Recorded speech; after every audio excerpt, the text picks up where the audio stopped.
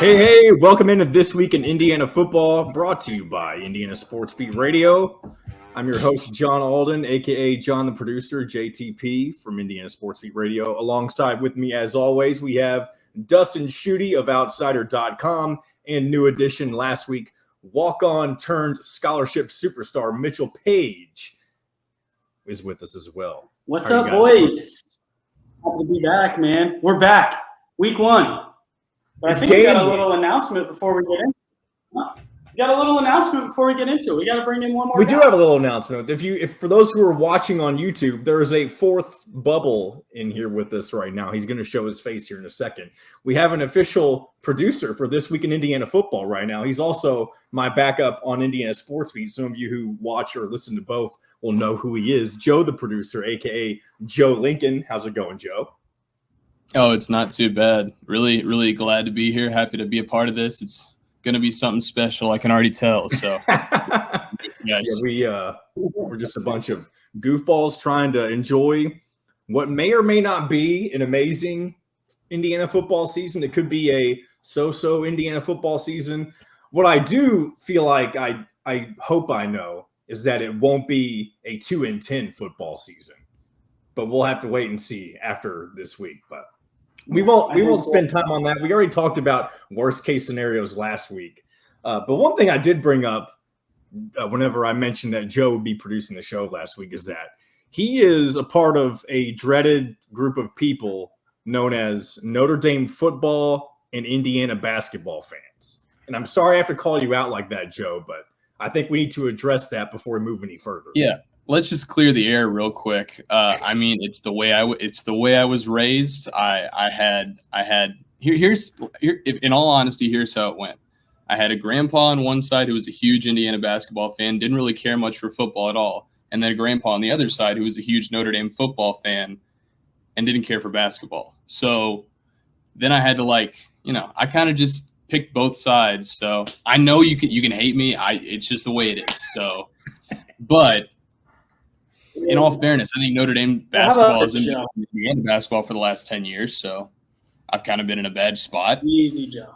Easy, Joe. We're gonna back it up here. You're new to the show, just like me, but I'm a little bit more tenured, so I'm gonna give you right now. This is your moment to denounce your Notre Dame fanhood forever. Welcome to Indiana football fanhood. You're always welcome on the bandwagon. It's good to have you with us, man. We're done with that Notre Dame nonsense. We're all Bloomington all the time. It's not always, and we're happy. It's not always the most fine-tuned vehicle to be riding on, but it's true. Bumpy rides can be enjoyable on occasion. It's so much more fun than building yourself up every year and just getting beat. It's the same thing that we unfortunately have to do in basketball. You do it both seasons. How do you do that? I do. That's so much disappointment. You might as well ride the wave. There's a lot of pressure, a lot of disappointment at the end of the season. But I mean, you got to keep in mind that I do appreciate other teams in professional sports. I'm a Reds baseball fan, so I struggle with that all year long. I need some wins here and there. So I feel like the fall is kind of a break for me. You know, I don't have to hate myself all the time. So until bowl season comes around, and then it all gets blown out of the water. So. Yeah. But man, are the wins sweeter on this side of the orchard, man? We're gearing up for maybe the biggest game in Indiana recent memory in terms of trajectory of the program. We had a good 2020. Obviously, is so much excitement, but Notre Dame doesn't get to have those very often. Let's talk about some program kind of defining stuff for the Indiana Hoosiers coming up. I guess, is this releasing on Friday? Let's do some time traveling. Yeah, do Friday some time travel. If you're listening or watching, it's Friday. We're recording this on a Wednesday. No. Game day's on Friday. We're releasing this on Thursday. Okay, I was say. So we're talking about tomorrow, a monumental day in the trajectory of the program. I don't think it can be overstated. I really don't. You have to. We talked about it a little last week, but you have to come out with some fire. Illinois certainly did against Wyoming. They're stout running the ball, and we're going to have to produce some offense because they're going to make plays. Their running backs are tough, fast, and they block really well up front. So Indiana's going to have to score some points. I'm a little bit nervous. I can't lie to you. I was going to ask, how do you feel after watching that game? Because I feel like Illinois did exactly what I thought they were going to do and exactly how they're going to try to win the game against Indiana, which is they didn't look overly impressive in the first half, but they wore down Wyoming so much that they could basically do whatever they wanted in the second half. I don't know how good their defense is because I don't think Wyoming is really good offensively, but Chase Brown he's going to be a problem in that game. And if Illinois can run the football effectively against Indiana's defense, whew. Yeah. I don't think they have any world beaters necessarily at any position.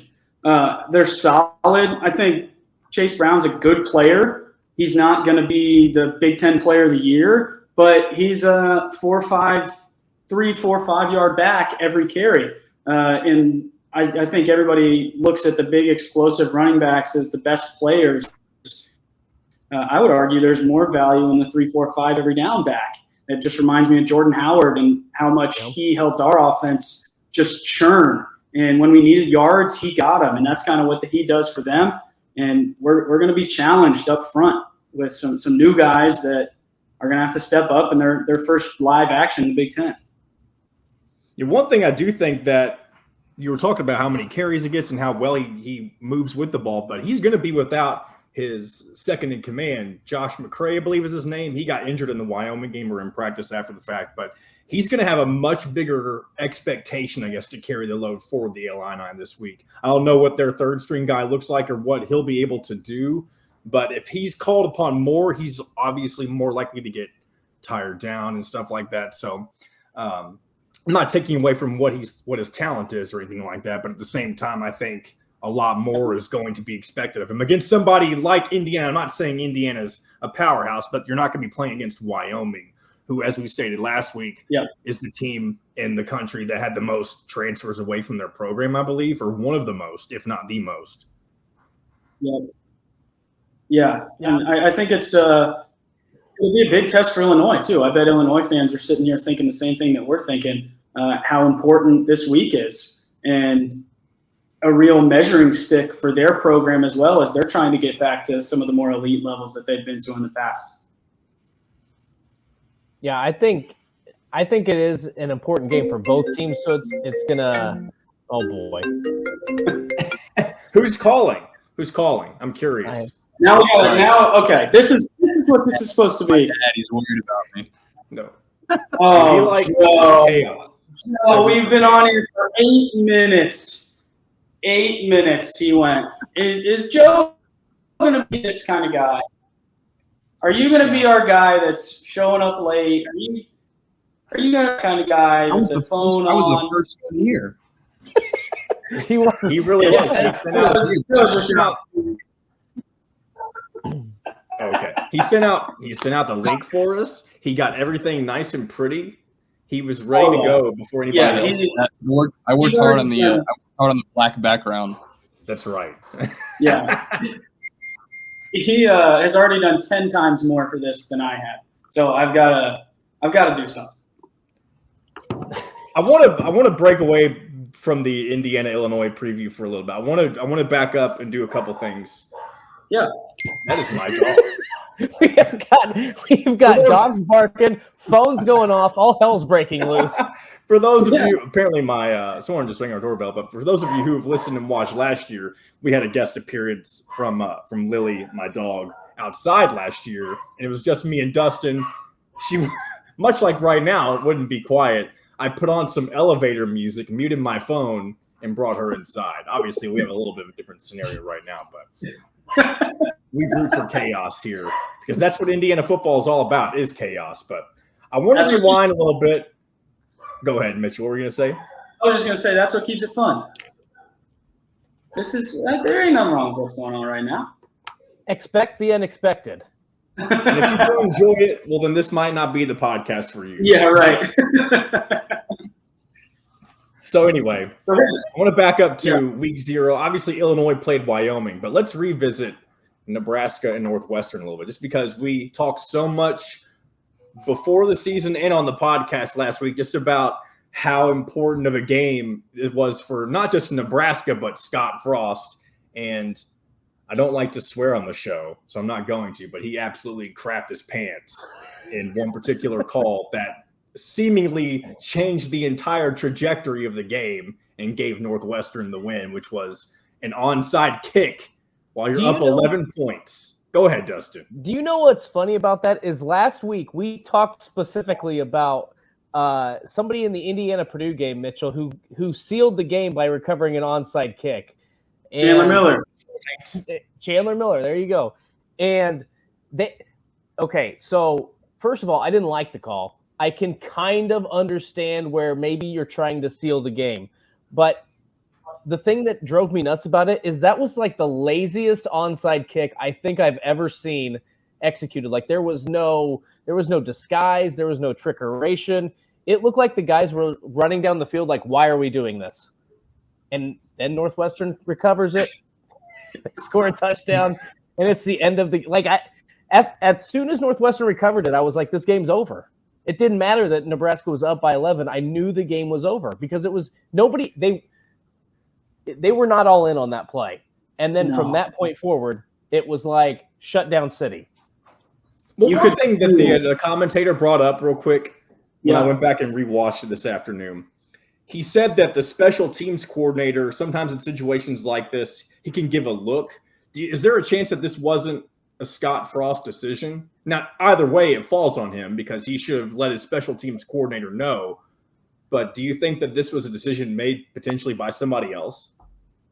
I mean, if he's the head coach that's not calling any plays anymore, this better not come from anybody but him. Right. I know that when we were, and all I can do is reference when I was in school, but we had to get it verified by the head man if we were going to kick to the right or to the left, let alone an onside kick at a pivotal point in the game when your defense has been playing fantastic and the game's pretty much over anyways.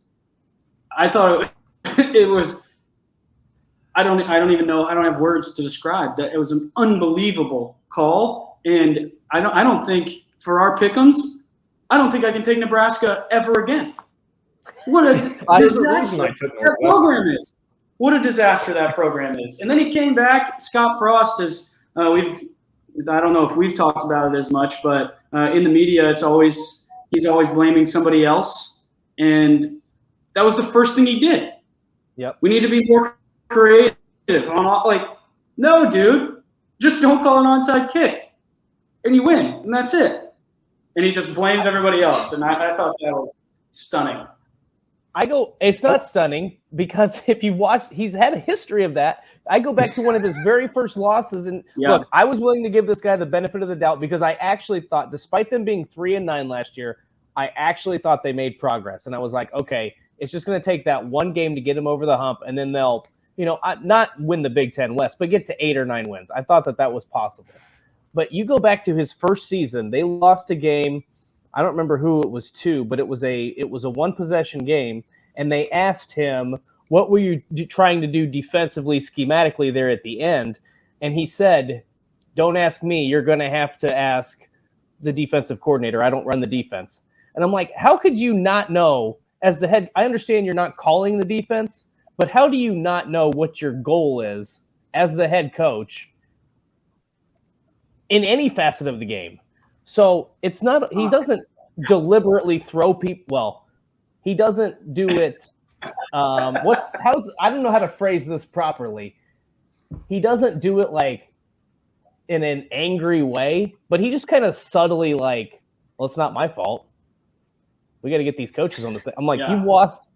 Every game you've lost has been in the same way, shape, or form.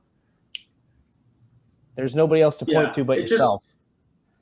You can kind of feel it. You alluded to it. The guys didn't run down like they were trying to return or recover the onside kick, and that has just that feels like that's echoing through the whole program. That completely deflated them for the rest of the game. There was no energy from the Nebraska sideline, and I can't imagine being in the building when the head man doesn't take responsibility for everything. can't remember who it was that told me, like, take all the credit for the bad and give all the credit for the good. And I think he just does that completely in reverse. Anything good that happens is because of me, and bad stuff, ask the defensive coordinator. Jeez. Right. I want to go through a little bit of our text chain during what went down during the game. I'm not going to say who said what, but I want to go ahead and you want to claim messages? You're welcome to claim them, but I'll just read some of my favorites. But I know the coaches the text chain during the Indiana games. I watch these games like an absolute psychopath. I need to be wrapped up in a straitjacket. I cannot be held accountable for what I say during the game. I think the next podcast needs to just be Mitchell recording himself during the we game. should do a live reaction Friday night with just Mitchell. I will be absolutely locked up. Okay. I can't. No. I can't go in public. Here we go. But I know the torches are lit to burn the stadium in Lincoln. That was one of them. Oh, we talked about that on the last podcast. That was in reference to what I said. I thought they would burn. Yeah, that's I give a lot of credit to Nebraska fans. Yeah, Nebraska fans, kudos to you. The stadium stands. I think if they continue on the certain things that happen during the season after the Indiana game, when a certain buyout goes down, and then nothing still happens, then it might get a little more dicey. But for now, good for them. Moving on. Has a coach ever been fired in week 0? This is leave him at the tarmac bad. I don't care if it's an I want to interject. These are not all from me. I'm just reading through some of my favorite. They're not all from you. Yeah. No, okay. I just wanted to. Most of them are from me, but not all. I'm not saying who's saying what. LOL, burn it down, bitches. Okay. That was not. We'll just leave it at that. Yeah. I mean, it's we talked about it last week. It's what an absolute barn fire it is there. Wow. But one thing that makes this a good segue into the Indiana, the rest of our talk about Indiana, Illinois, is it feels like this game has maybe not the exact same magnitude of importance because it is, Nebraska football, and they are way higher up the totem pole in terms of the way fans pay attention to what's going down. But regardless, if Indiana finds a way to, I don't want to say do it the exact same way that Nebraska did, but just kind of a continuation of last season. I mean, what fans that are left after last season right now, the support for the rest of the season, it's going to be, in my opinion, almost impossible to get it back. I couldn't agree more, especially with how close, and I've said this on Jim's show a couple times, how close to the vest they played everything in the offseason. And I think that's one of the biggest gambles that they took, not giving fans a reason to have excitement, where you're hopeful, of course, but not really giving anything to Illinois has in turn not really given anything to the fans. So a lot of people will just see 2-10 last year, and they have nothing to go off that tells them they're going to be any good this year. And I think the attendance numbers that AD Scott Dolson has given out would be solid, and I hope they get to those numbers. That would prove me wrong. Yeah, 40,000. That would be unbelievable. After not having anything, that would be a great number. But they took a risk, not giving us anything to go off of. So hopefully we can do something that generates some excitement, because it's a real shaky ground that Indiana's on right now. Do you think they have to – I mean, we can talk about how they have to win, and I think they do, but at the same time, if they play well, if they show some improvement, is that good enough to generate some fan interest? Because last year they weren't really in the Cincinnati game and Michigan State, but other than those two, like, they weren't really in any game. So is that enough to keep fans interested and say, you know what, maybe they didn't win, but they look a lot better than they did last season? Because Illinois they're not a slouch. Like, it's not a team you just roll your helmet out against. They're going to be a tough team to beat. You want to win that game. I think they need to win that game in terms of getting to bowl eligibility. But the flip side of it is it looked so bad last year after not being able to move the ball at all. If you're able to put some points on the board, make it interesting, have a competitive game, I think that there will still be some fan support and kind of say, okay, we're better than last year. Let's see how this thing rolls. Joe, as somebody who, in the past, obviously, and I'm not going to say you're not a Notre Dame fan now, but you're a student at IU, so you're kind of forcibly an IU fan. And also by being on this podcast, we are forcing you to, quote unquote, be an IU fan. As somebody who has followed Notre Dame football and not so much Indiana football, what does it look like to you? Does it feel like people care about Indiana football who care about Indiana basketball as well, or what do you think? Yeah, I think there's definitely people that care about Indiana football. There's no question about that. I mean, especially being up here right now. First 2 weeks of school, it's a Friday night game, which is different. They haven't had that in a long time. It's kind of like a Friday Night Lights feel. I think people are excited about that. I think there's going to be a lot of fans showing up, because it's not just a Saturday noon kickoff. It's something different. And, Illinois it's a Big Ten opponent right off the bat. And that's always going to be a draw. But, there's a lot of talk going around this campus. I mean, you'll hear it in classrooms. You'll hear it on the bus. Just people saying, hey, you going to the game tonight? Who do you think they're going to start a quarterback? And there's just a lot of questions that are unanswered. And I think people are really curious about how it's going to go. But I think there is definitely a buzz going around before this game starts. I think it's definitely going to be an exciting night. And I think there's going to be just a ton of energy. So hopefully the team can feed off of that and see what they can do. But I'm interested, honestly, to see how Illinois comes out. I don't know if they're going to have any fans show up, but I'm sure there will be some travelers. But there's for sure a buzz around here. Yeah, it really does feel like the last jolt of energy that the team has right now if they can't seize it. Because last year, what was there from the previous season in 2020, every ounce of that gone by, I don't know what week, but really after, I guess, the Cincinnati game, all hope wasn't lost, but that was that was kind of you screwed up the Iowa game. You had some bad luck in the Cincinnati game, and it seemed like that was the real turning point, because then after that, you barely won on the road at Western Kentucky, and that kind of showed how shaky Indiana was. And then you got into the rest of conference play. You got destroyed by Penn State. And then really, I guess, the dagger on the head, we mentioned it on in Indiana Sports Beat today, you get blown out at home by Rutgers. Destroyed. Who famously doesn't have an S, according to some media outlets or radio shows, known as Rutgers, which I've always thought getting beat by 40 at home to Rutgers I think that was the nail in the coffin for the season. That any energy that was there was gone. I think that the Western Kentucky win, whether Indiana was a top 25 team or not, going to Western Kentucky, I mean, they had the all-time leading passer on their team. That was a really solid team. Going there and winning, I was hoping would jolt some life back into them, because that was a really, really solid win. I think that's one of the more solid wins that Indiana has had in the past 5-10 years.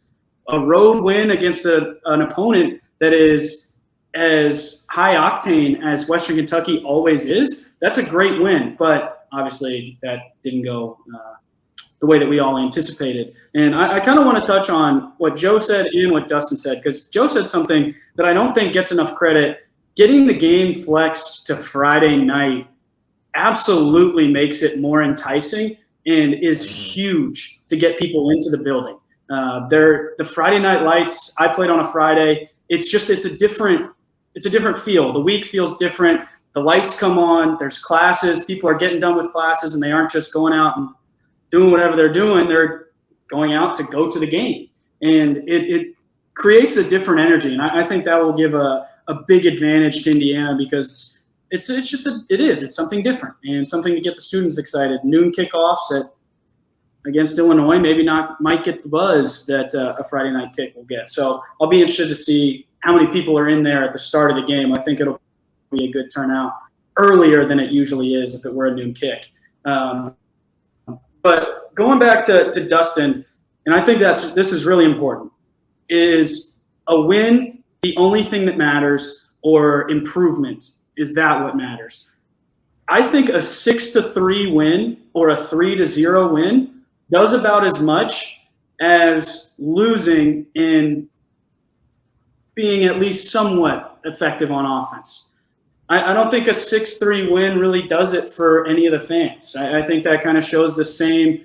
They weren't bad on defense last year. They were just historically bad on offense. Right. And it continues the same kind of, okay, well, we've seen this show before. We know how this goes. You play somebody with some ability on offense to really stretch the field, and they can score on you in a 2-touchdown game or a 1-touchdown game. Feels like the game is over. I think the most important thing that Indiana can do tomorrow is Walt Bell to generate some excitement, some tempo, some efficiency, and long, sustained touchdown drives that they just missed last year for 12 straight games. I think that's the single most important element, more so than winning, just giving the offense some confidence because they were so ineffective last year.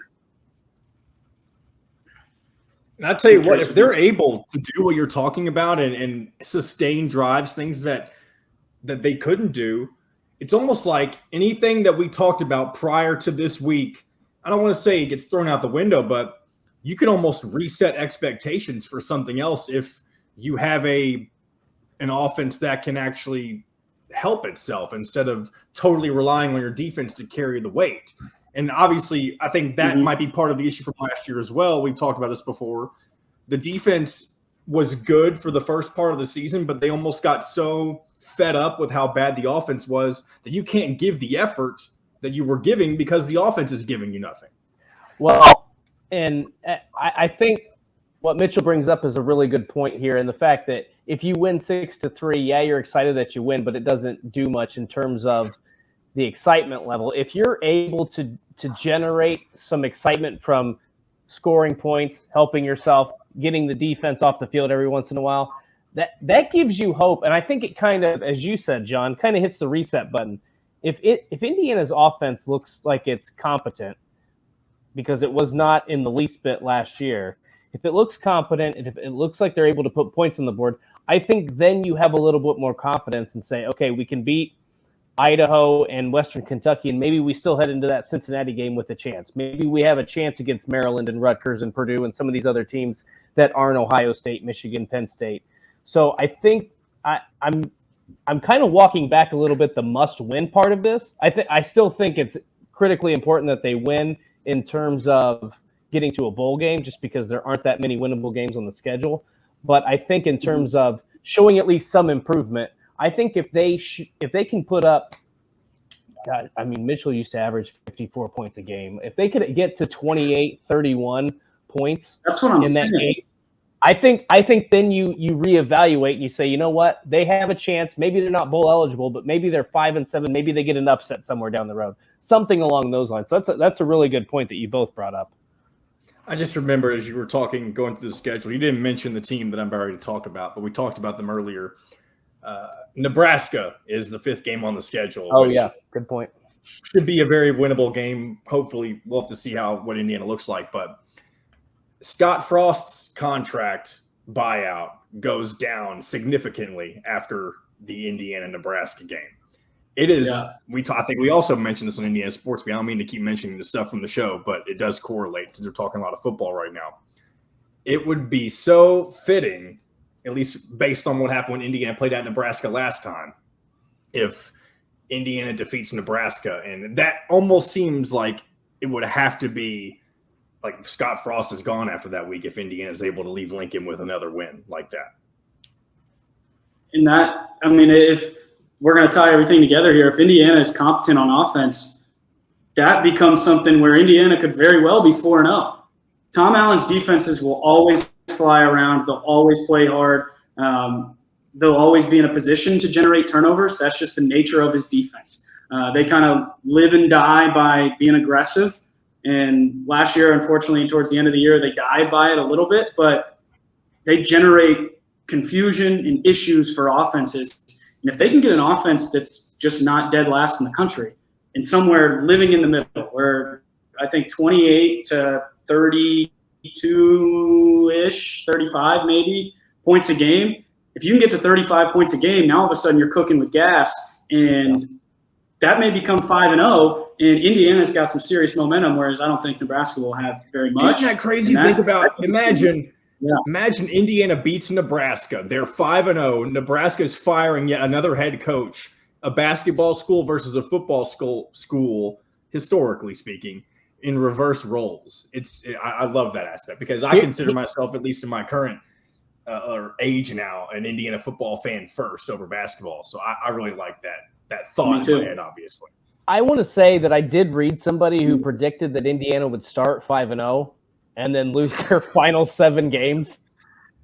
The back half is brutal. It is brutal. But I don't know, how does that play out? So it's Illinois, Idaho, Western Kentucky. The 4th game is against Cincinnati and then Nebraska. See, I think if this is a big if they were to start 5-0, I think they would beat Maryland and/or Rutgers and get to 6 or 7 wins, no problem. I don't think they'd drop 7 straight if they got. But we're putting the cart in front of the horse at this point. Yeah, it's fun to do that though. Remember, facts are optional here right now. That's true, and we can even take that another step further. If you're 5-0, the game after that is homecoming against Michigan. I mean, obviously you're not going to be favored, but what I'm saying is the momentum is back to where you were in 2020 at that point. The only difference is you get fans. Yeah. If we want to stop putting the cart before the horse, we can shut up after that. No, that's not. This is the kickoff show. We haven't played a single game yet. We're still going to be 12-0 in my mind. And going to Cincinnati, I don't know what they're going to look like. That's a team that's lost as much talent. They play Arkansas this week, so it'll be interesting to see what happens in that game. We'll find out real quick how good the Bearcats are going to be. If they can beat Arkansas, that's going to be an issue for our Indiana Fighting Hoosiers. One other tidbit, and then we can move away from. Oh, was someone trying to say something? Did I miss something?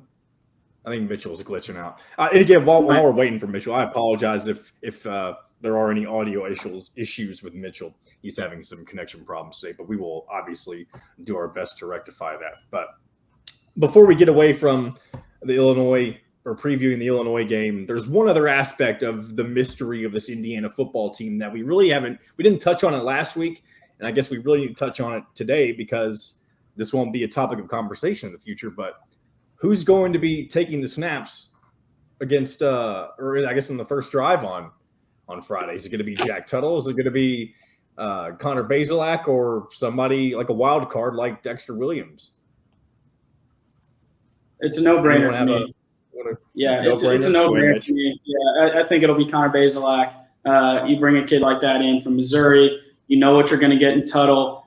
Tuttle sounds like a great kid, but I just don't know that he has quite the velocity, we'll say, to be a starting quarterback in the Big Ten. And Bazelak has shown that he can play. He played well in the SEC, had some things happen, and is more looking for a fresh start.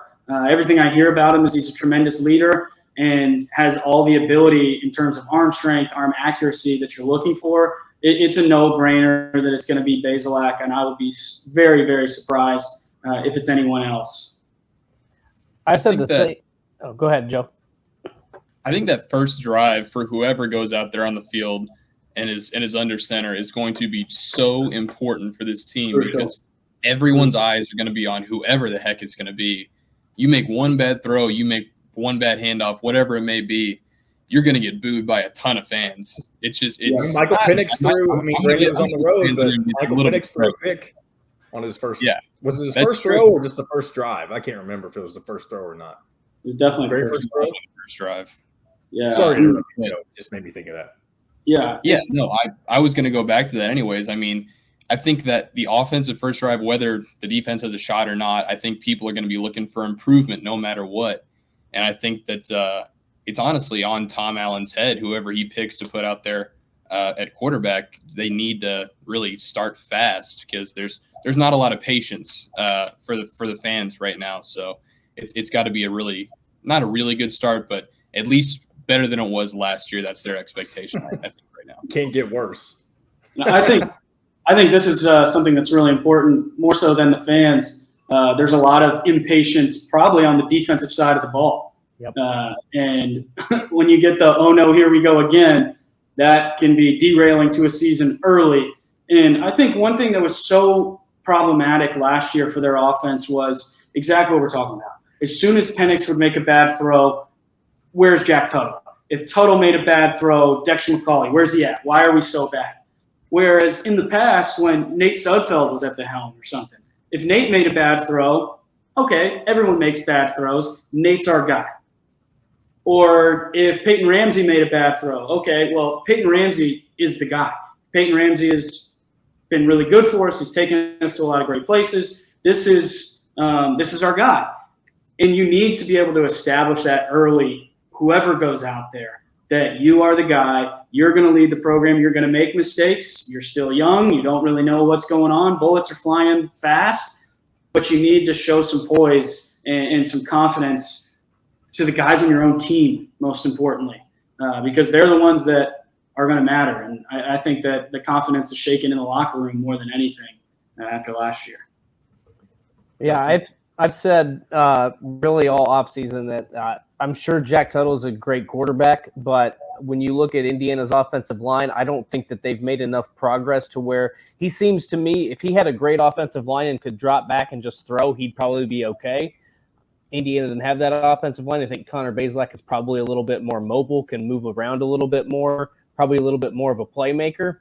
So if it's not Bazelak taking the first snap, I have a lot more concerns about Indiana than I did coming into the season. And to piggyback off of that, I don't want this to sound like an insult, but it would not surprise me. A person like Tom Allen, who is very loyal to his guys, and I know Jack Tuttle was a transfer as well, but he's already been in the program. It would not surprise me to see Tom Allen pick somebody like Jack Tuttle based on something like that, because we've seen him do it in the past.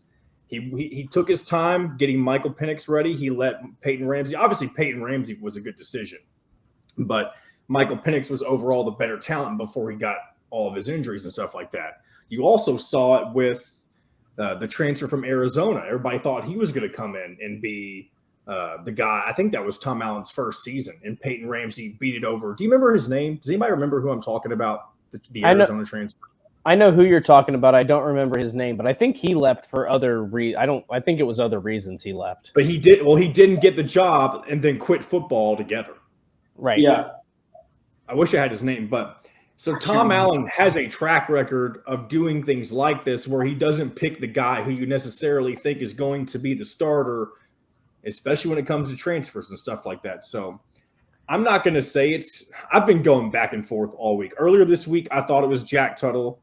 Right now, I'm leaning more towards Connor Bazelak because I really don't think I just don't think you can afford it to not be Connor Bazelak. I say that as if I've been in practice watching. I haven't.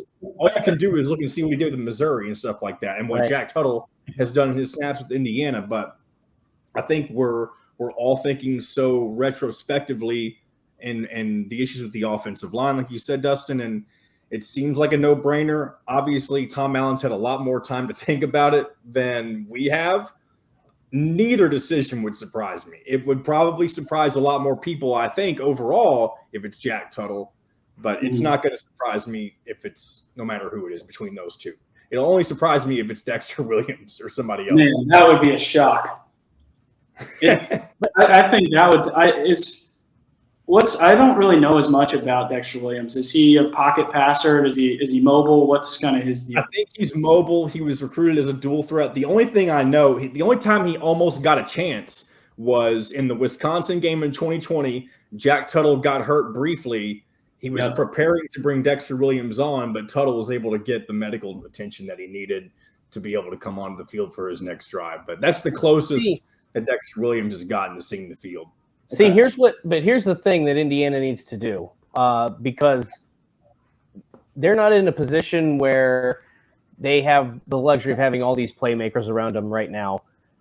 If you've got an athlete, put him in the game. Find a way, whether that's wildcat, whether that's some option, be creative with your offense. Try to get that guy in the game. If you think he's athletic enough to do some things for you, mix it up. I mean, you don't have to run. You're not going to beat Michigan running Michigan's offense. Mix it up. Yeah. Try to get creative with it. And you've been so secretive against Illinois. Why would you not just let it all loose in that opening game? Like, I think I won't be surprised if you see multiple quarterbacks, but I think you're going to have some sort of element of wildcat option, something like that, to where Dexter Williams gets in the football game. He's on there for maybe 4 to 5 plays. I don't know what the case might be, but you got athletes on the sidelines, get them in the game. You don't need to, in my opinion, worry about screwing up the cadence or hurting a guy's confidence.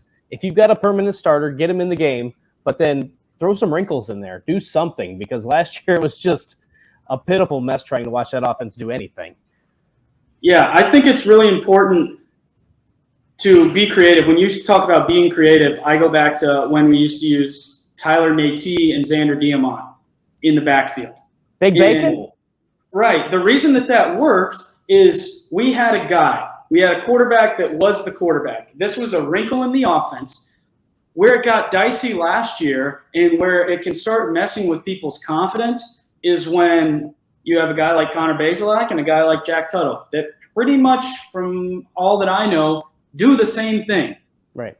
You have the same guy out there, and that can start shaking confidence because you aren't going to change the playbook at all. If you get a guy like Dexter Williams in there, now you can start putting him in different positions. You can line him up in the slot. You can put him at running back. You can put him at quarterback, run zone option, zone read with option behind it. You can do all kinds of stuff. And that's a piece of the overall offense, but it's not two guys that are doing the same thing, essentially battling on TV. That's not good for anybody. You need to pick your guy, but I also agree. I mean, we gotta be creative. The greatest offensive coach, in my opinion, that was in college football is Kevin Wilson. He did it with guys like me on the field. So the fact that we could score with me playing slot like we did is a true testament to how smart he was, and he wasn't afraid to be creative with the athletes that he had. Tyler Natee didn't really have a position, but he was incredibly smart and could read the read option as good as anybody in the whole conference. So we utilized it, and it was a great part of our offense. So I'll be curious what wrinkles Walt Bell brings. I think we're going to need them. Any final thoughts without giving a score? Because we'll do that towards the end. God, I hope we win. Hey, Mitchell, you had something for those watching on YouTube. You had something on before the show. Is it still with you? Yeah, of course it's still with me. I've carried it with me all week. For the listeners of the Jim Coyle Show, morning show, I will also be on Friday at 9:50 wearing it. I'll just come into the picture. But I'm ready to strap it up. I mean, it's the same helmet I wore in college. It fits me like a glove. I'm ready. If we need somebody to go out there and fall down as soon as he catches it, not really be that explosive, and look pretty fat in the jersey, I can do that. I'm not that far away. Mitchell and I have too many T-shirts in the medium department, and fortunately, you can't see anything below here because it is not pleasant. Yeah, I'm kind of in the same boat. That's why I'm wearing a sweatshirt right now. You need to get one of the chrome domes. I know we talked about that before the show too. Yeah, if I could just have I'll do every podcast with a helmet on. It just gets me. Oh, you know what is very funny? I'm doing this in an open glass conference room in the lobby, and there are 3 people that have walked by. I bet this looks about as stupid as I think it does. Has anybody given you a look? Oh, all of them. Yeah, all of them. Nice. You should wait. I'm just a guy talking at a computer. They can't see you guys, so they have no idea what I'm looking at, and I'm just wearing a helmet. I think on. So, is there like a concierge or somebody out there at all? Like a not at night. The offices are right behind me. So if we ever record during the day, yeah, we'll have. I think Linda is her name or something, and she sits right there. So Yeah. We should get a man on the street, get Mitchell just go talking to some of the residents and stuff like that. I was going to say we might see police show up and just ask if everything's under control. With the helmet. Everything has to be with the helmet on. Oh, there's another person. Hello. Yeah. That was a double take. She walked walking in from inside, looked away, and then stared. I'm going to have to get one of those helmets. You need to find a way to 3D print one of those for me. I think they sell, maybe not the helmets, but is that they do sell them. It's what is that? It's like it's a repurpose shop or something, the Varsity Overstock shop. Have you been to this? Oh, yeah. Where they sell like old jerseys and I think they sell helmets there. I can't remember what the heck it's called. Hello. Yeah. You're being kicked out? This class is great. No. But thank God I took my helmet off. That would have been the weirdest interaction. There was a little kid, and it would have been a bad look. You want an autograph? Yeah. I promise I'm not as creepy as I look right now. I wore this, and they would not believe me because I would stand up. And they're like, no. What are you height-wise? Smaller than you think. I bet we're about the same height. Yeah, maybe. This is how I like to describe it. So, this is a good week one story, good little start. So when we had pro day, I went after Demetric Camille, and for true IU fans, you'll remember Demetric was a very large tackle on the team that was 6'7", 315 pounds, and was a little bit different than me. So we were doing all of our measurements before pro day, and we did the hand size. There's all these scouts. It's in the team room in the stadium. So there's all these scouts sitting there, and they're calling out the numbers out loud. And they do his hand size, and I don't remember what it was. It was huge. And then they go, my little hand's next, and there's some snickering. I can hear them. I can feel it. And then we're waiting in line for the height thing, and, I mean, it's like big guy, me, Demetric, all the way to the ceiling. And they measure him at 6'7" and a fourth or something, and you've got to stand like with your feet angled in a certain way so you can't go on your tiptoes. But they let me go on my tiptoes because the difference was so crazy. Well, yeah. I went in there and I'm like, well, this is probably the biggest difference you guys have seen. Let me just get on my tiptoes. And the guy didn't stop me, and I was still 5'7" and 3/8. So I'm 5'8". Wow, I can't believe we're the same height pretty much. Yeah, man. You know, what's good for me is you've got those 5/8 of an inch. All I did with not having those 5/8 of an inch was wear that helmet. So we can talk all about being little, but you still have more receptions and touchdowns and games won than I will ever have in an Indiana uniform. That's not the case. You still have your eligibility, man. I'll give you this helmet. I can go back and play? Dude, if I could go out there, yes. I played terrified. Running around. Those guys are huge. Catch the ball, fall on the ground. You could do that. You think if I go put on a uniform and just go scream Leo in Tom Allen's face, he'll let me play? No. And pound a podium? No, you would have to show some ability. What's your best ability? If you had like one stat, let's say this is NCAA 2022, you have one stat that when the guy is looking like, wow, that stands out. Probably trash talking. Oh, okay. I was gonna say that's not what I would not have guessed that. His best ability is availability. There you go. I have all the time in the world. How about stacking hats? Didn't you do that? Or stacking cups? Stacking cups. That was yes, absolutely. Stacking cups was pretty much my only skill for the first 3 years. The only skill that was recognizable. And we talked about my little guy in NCAA football that you couldn't even put in to catch the pitch. 40 overall? Yeah, the guy stunk. I'm still breaking out the Xbox, and I'm going to try it. I'm going to try to get that guy to the Heisman. Video game, you said he didn't even look like you. We already talked about this, right? He didn't look like you? About as much as me and Demetric look alike. Yeah. Okay, there we go. Yeah. All right. With that being said, let's go ahead and we got a lot of pick'ems because I believe every Big Ten team is in action. For those of you who do not know, we do not pick the spread. You can say what if you want to cover the spread or not. I don't care. But the only way that we keep score here is who wins, who loses, based on last week's results alone. I'm undefeated. I don't know if I was ever ahead of Dustin last year, but I get to enjoy that for the time being because I'm the only person who took Northwestern, thankfully. It's cold-hearted. We all took Illinois, thankfully. But, yeah. So, and Joe, you're a week behind, but you're still going to have a chance to get us percentage-wise. So it is what it is. Also, Jim said we're supposed to include him on this. Oh, hold on. We have to talk about this for a second before we get into this now. I like this. We're having meetings on the podcast. This is good. Do what? We're having our meeting on the podcast. This is good.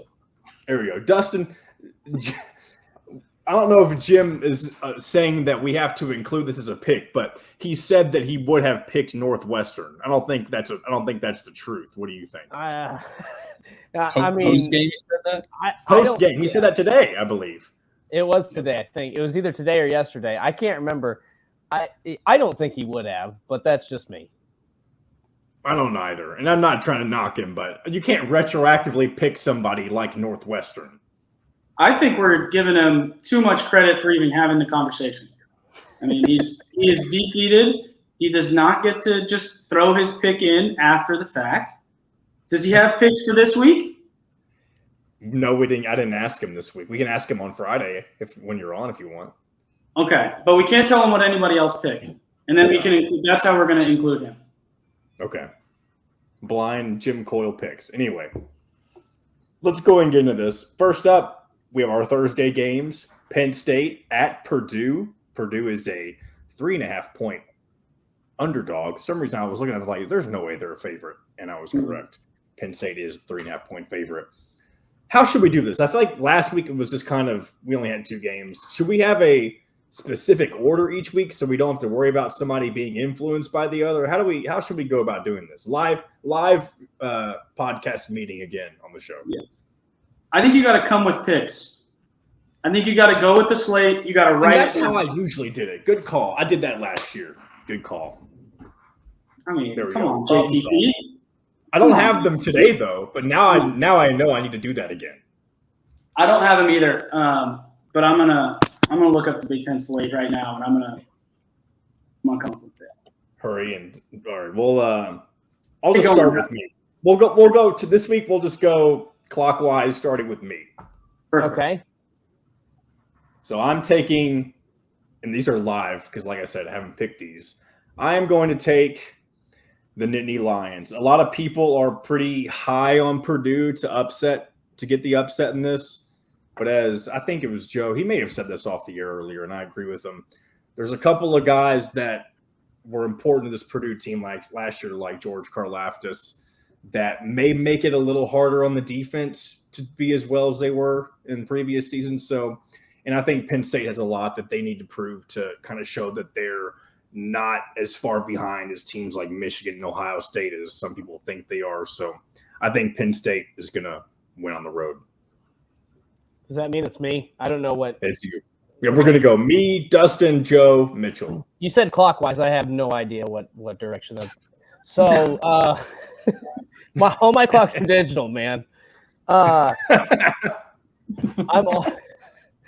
you like 45 years old? We talked about this last time. That you're the only one in your 30s. Yeah, 45. I am. My clocks in school were the traditional clock. So you don't know which way a clock moves? I do, but I can't figure it out on this going the opposite direction. Well, you're next. I'm next. All right. Okay. I also go Penn State. Jeff Brom, not great in openers. He was 0-3 in his first 3 seasons. They beat Iowa in 2020, but he was technically sick and wasn't on the sideline for that game. And they beat Oregon State by 9 last season. So not the best performance. I think Penn State's got a lot to prove. The game's more important for Penn State. So I pick Penn State. Yeah. I'm also gonna hop on that Penn State train. I think Sean Clifford's in his 10th year at Penn State now, so he's got a ton of experience there, obviously. And I think, honestly, Penn State, if I remember correctly, is a really good early year team. They start out hot always and seem to trail off at the end of the year for whatever reason. I don't know if James Franklin has something to do with that or what, but I will say, though, they did lose a lot of key members of that defense. So I think they need to prove something week one that they can stop this Purdue offense, because it really it has some firepower. So I think they need to come out strong, and I think a win at Purdue would be a good start for them. I want to do something sacrilegious because my head is telling me to pick Purdue, but I can't do that in the first week. I'm not going to do it. My head is telling me, but my heart is telling me no. So I'm going to go with Penn State, but I'm only 51% sure. Why do you think? Oh, go ahead. I was going to ask. I think the quarterback at Purdue, Aiden O'Connell, is really good and poised. He's been there before. He's beaten the big dogs at home. A night game at Purdue, for whatever reason, that field lights up. True. Playing there during the day in an Oak and Bucket game, and it looks terrible. But for whatever reason, the big dogs come in, and there's just a different kind of fire in the field there. And my head's telling me that Purdue is going to win a close one, but my heart is telling me to say Penn State by 1,000, so that's what I'm going to go with. And he's a former walk-on like yourself, Aiden O'Connell, right? Yeah. Yes. So that's got another little tugged on the heartstrings a little bit. Yeah. Next up, I don't think we'll spend too much time on this one. New Mexico State at Minnesota, 36.5-point favorite, Golden Gophers. I'm just going to tell you, is anyone not taking Minnesota? Want to put your hand in the air? No? All right. I would take New Mexico State with the spread. We're not doing that, though. We're not cool like that. Hey, keep an eye on the handshake. Jerry Kill and PJ Fleck. Ooh, that is okay. I knew there was some significance with that game, but I didn't know what it was. Yes, Jerry Kill returns to Minnesota. He and PJ Fleck had a falling out. Should be interesting. It will be interesting. So we'll see. You never know what's going to happen in those kind of games. Moving on to Friday, we're not doing Indiana, Illinois just yet. We'll do that towards the end. Western Michigan at number 15, Michigan State. Anybody taking the upset with that one? All rise. Going once, going twice. So not early. Not this early. That is an MSU sweep. See, in games like this, I should make it to where we have to go against the spread for this kind of thing, just to make it more interesting. But you know what? That's more work that I have to do. But it's just that's only really going to be early in the season. Once we get into the conference play, I should have had Joe, the producer, putting these in for me. See, I'm sounding like a lazy radio host. Do this for me. You're the producer. Week, yeah. We'll get it all sorted out. At some point, we just want Joe to do everything. Then we won't have to. Yeah, it'll probably get there. Joe, do the podcast. Get our voices down, mimic us, try to talk over us constantly, and we'll be all good. Yeah. We'll take all the credit. There's a good little. Some people are actually intrigued by this matchup on the national side of things. I obviously, without that, I wouldn't have any second thought about it. But this game, South Dakota State at Iowa. Apparently, Iowa doesn't show a spread here because it's an FCS opponent. But apparently, South Dakota State is a force to be reckoned with on the FCS ranks. Yeah, they battle North Dakota State. They battle. I don't know why Iowa always does that to themselves. If they don't play North Dakota State, they're playing South Dakota State.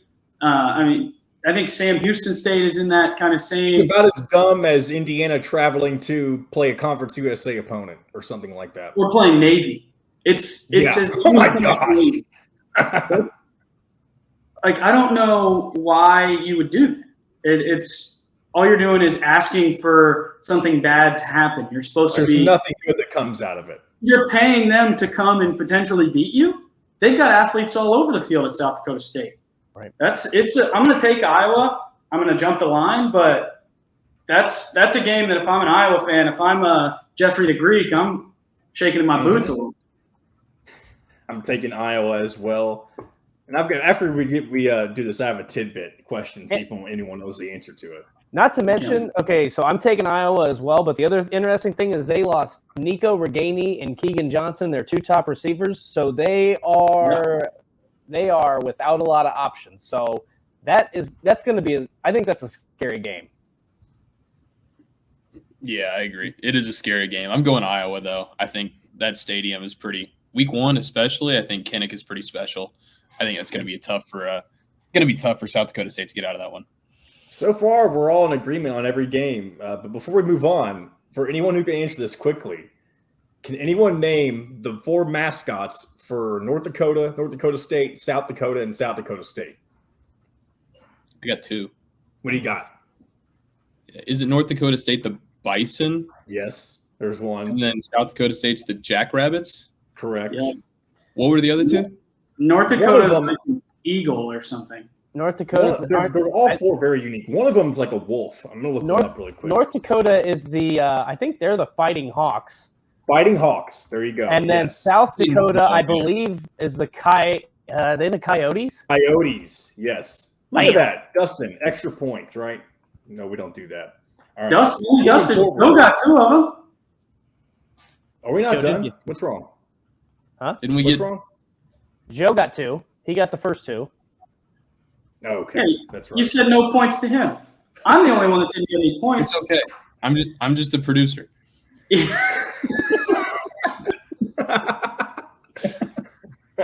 That was the best way you could have said that. Okay, Joe. Okay. I hope you clap back at Jim like that whenever you're on his show. Probably won't happen. Not yet. Not yet. Just wait until you wake up and it's 8:33 and he's not in the stream yet. Oh god. Yeah. Hadn't happened yet. Anyway. Anything you need, I'll tell him. I won't. We will. I was going to go on a tangent, but it's already an hour and 2 minutes in this. So let's. Yeah, we're gonna rip through this.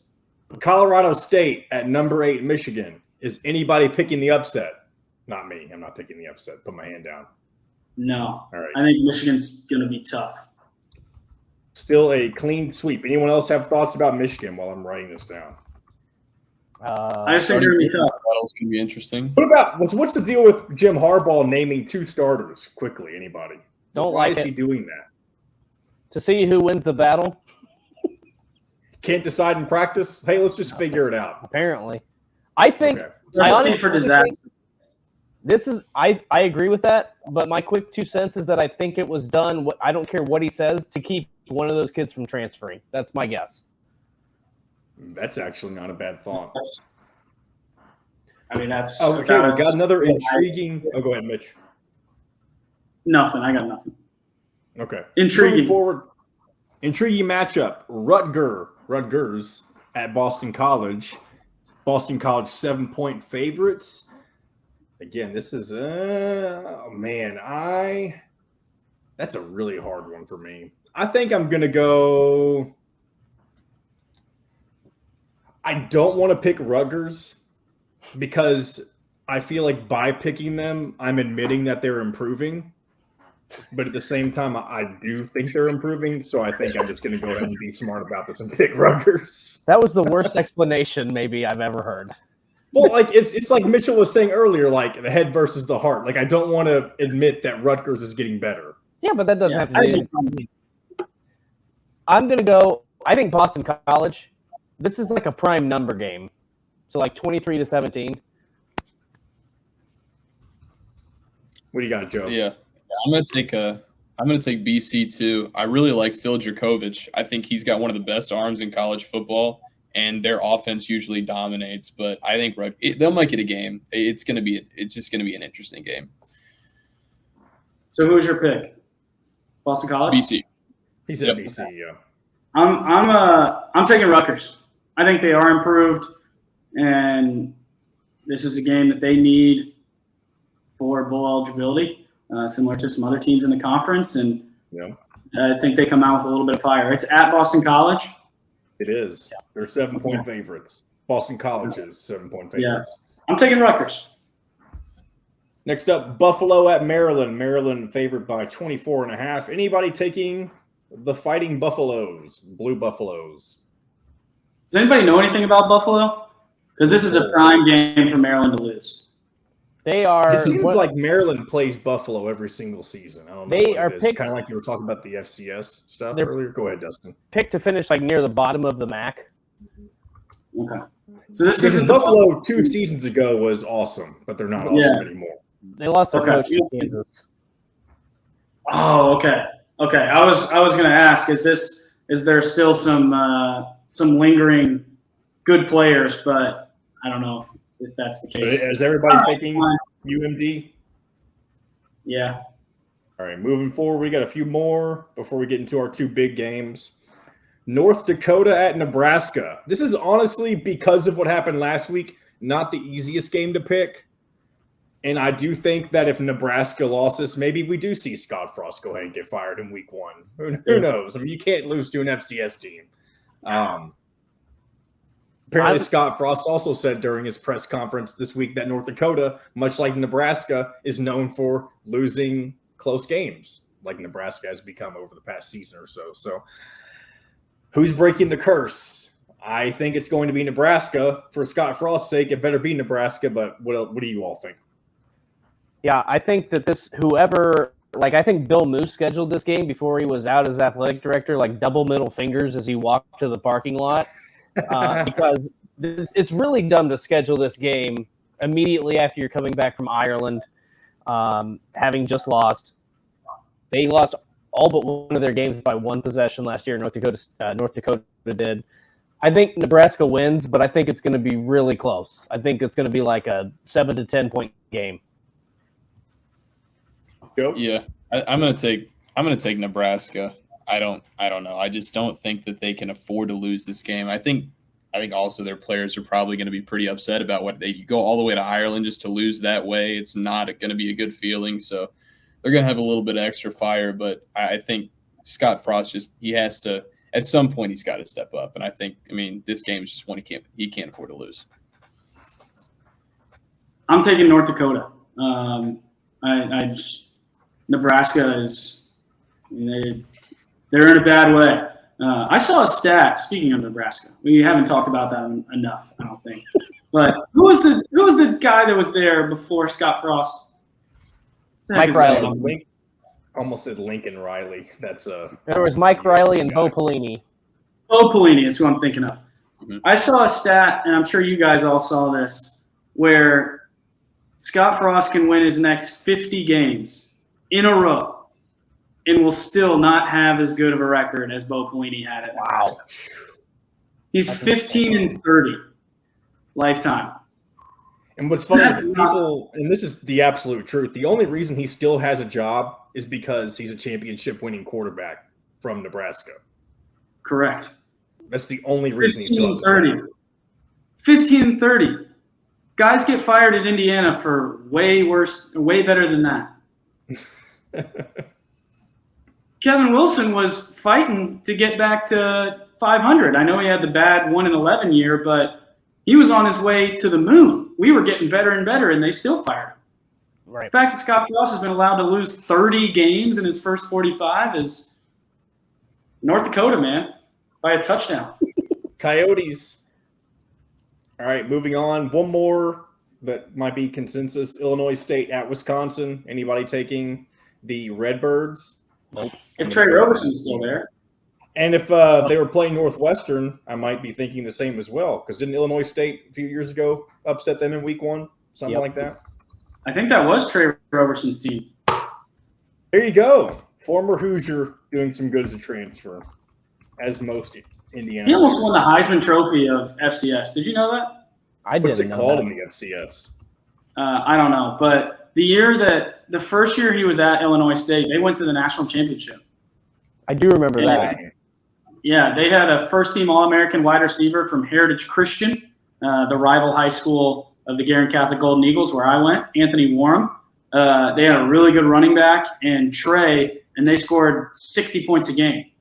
They had another guy that played tight end that's still in the NFL, James O'Shaughnessy. They had some players on that team. That was a little blast from the past. All right, let's go and get into too. Cool. Getting into our final two games, obviously one of them is our game of the week, Illinois and Indiana. But before we do that, we have the national game of the week, which pits number 5 in Notre Dame, Joe's Notre Dame Fighting Irish, taking on the number 2 Ohio State Buckeyes in Columbus.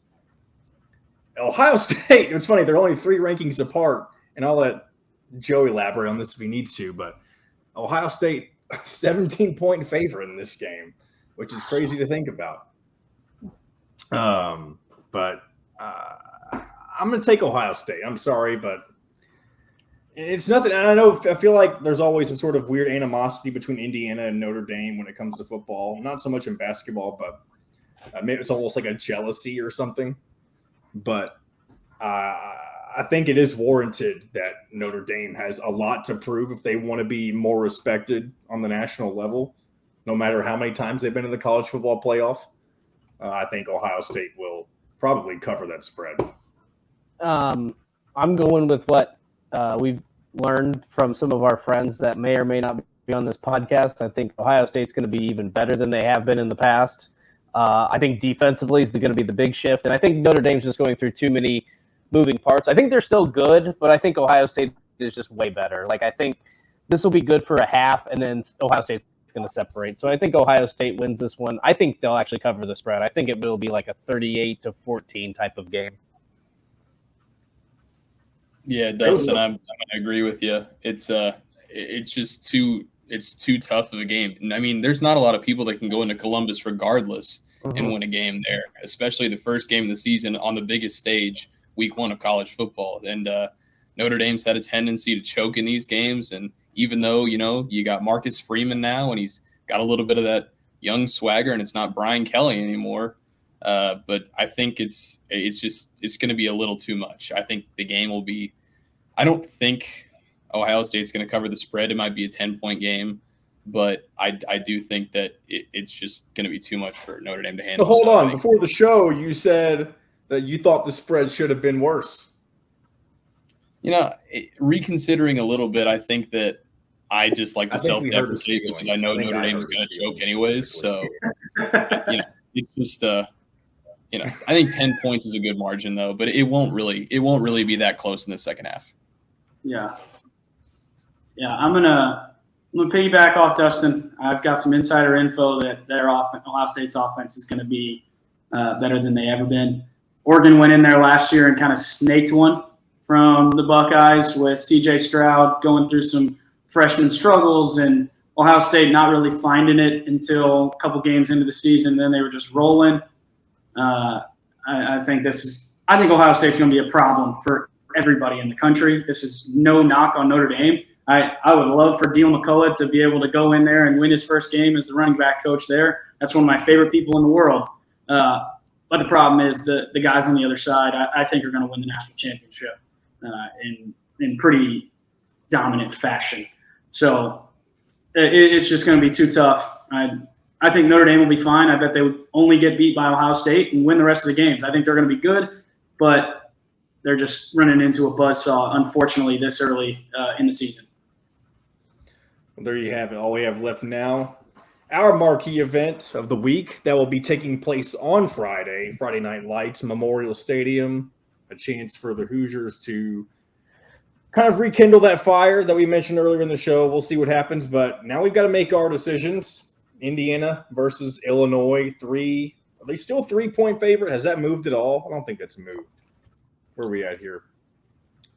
Yeah. No, I'm seeing Indiana 2. Okay. I'm seeing Indiana as a 2-point favorite right now. So it's gone down a point from the last time I looked. Better's like Carolina. It's fine. It's tough. I definitely think that the atmosphere will be right for Indiana.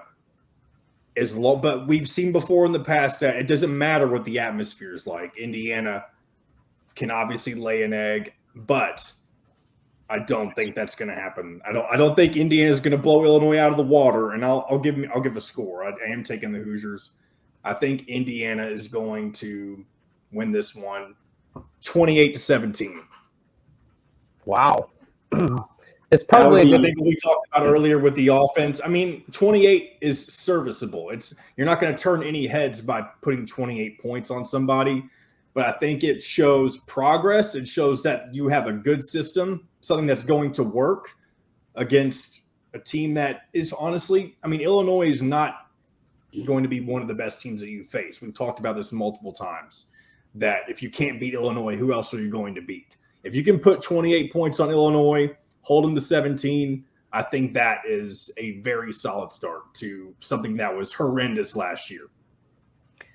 I agree. I think that would be a good start, and it's probably a good thing I'm not. It's probably a good thing I'm not going last on this. I just don't see the offense making the kind of improvement.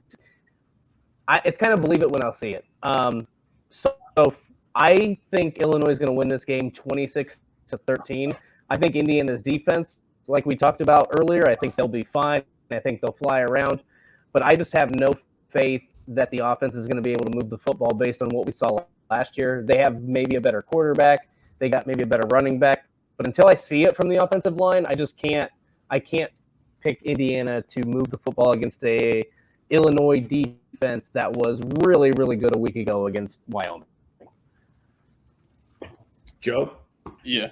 I'm going to go ahead and I'm going to pick the Hoosiers. I really like this. I think Friday night throws a different element in there. I think it's going to be a huge atmosphere, and I just think they're going to play better under the lights. I don't know. I just have that feeling.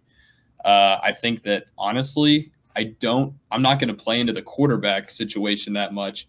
I think, honestly, I would love to see Sean Shivers get off to a good start. We've heard so much about him. Yeah, I mean, he's just transferred from Auburn. He's got a ton in his skill set.